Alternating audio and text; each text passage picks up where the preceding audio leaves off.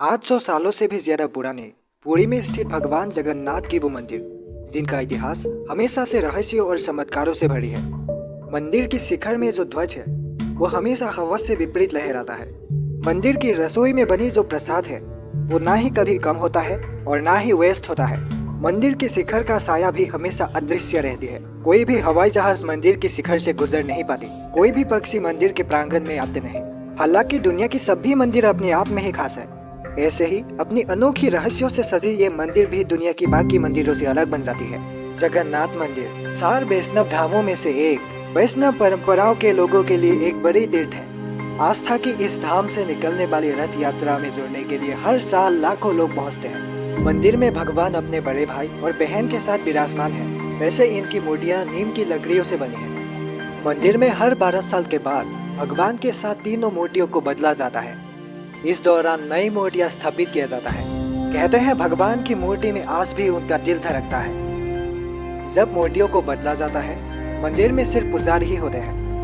कहते हैं भगवान की मूर्ति से उनका हृदय निकालकर नई मूर्ति में स्थापित किया जाता है। वैसे मूर्तियों को बदलते समय पूरे शहर में बिजली चली जाती है।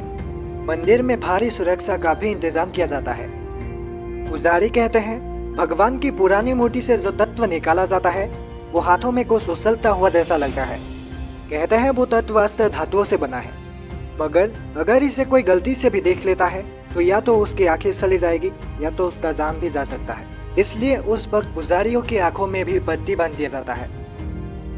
जगन्नाथ मंदिर की वो तीसरी सीढ़ी, क्यों रखना मना है यहाँ पर पाँव। पौराणिक मान्यता है कि भगवान जगन्नाथ के दर्शन से लोग पाप मुक्त होने लगे थे। यमराज ने देखा कि इतनी सरल उपाय से लोग पाप मुक्त हो रहे हैं, जिस वजह से यमलोक में सही ढंग से लोगों की पाप पुण्य का निर्णय हो नहीं पा रहे थे, क्योंकि लोग पाप मुक्त होकर यमलोक जाते ही नहीं थे। इस बारे में जब भगवान और यमराज के बीच बातचीत हुई तो हल ये निकाला गया कि यमराज को मंदिर की मुख्य द्वार की तीसरी सीढ़ी पर विराजमान होना होगा।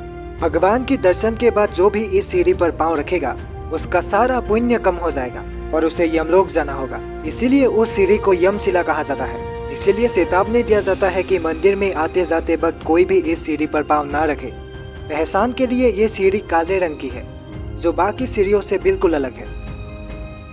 मंदिर की जो रसोई है, कहते हैं दुनिया की सबसे बड़ी रसोई है वो, क्योंकि भक्तों की तादाद चाहे जितनी भी हो, यहाँ पर बनने वाली प्रसाद कभी भी किसी के लिए कम नहीं होती। यहाँ पर जो भी बनाया जाता है वो मिट्टी के ही बर्तनों में बनती है।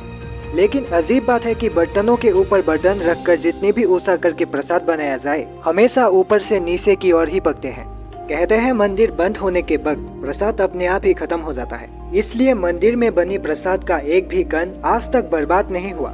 वैसे मंदिर की शिखर भी अनोखी है। यहाँ पर एक ध्वज लहराता है जो हमेशा हवा से उल्टी दिशा में लहराता है। इसे हर दिन बदलने का भी रिवाज है, क्योंकि ऐसा माना जाता है कि अगर किसी दिन इस ध्वज को बदला नहीं गया तो उस दिन से 18 सालों तक मंदिर बंद हो जाएगा।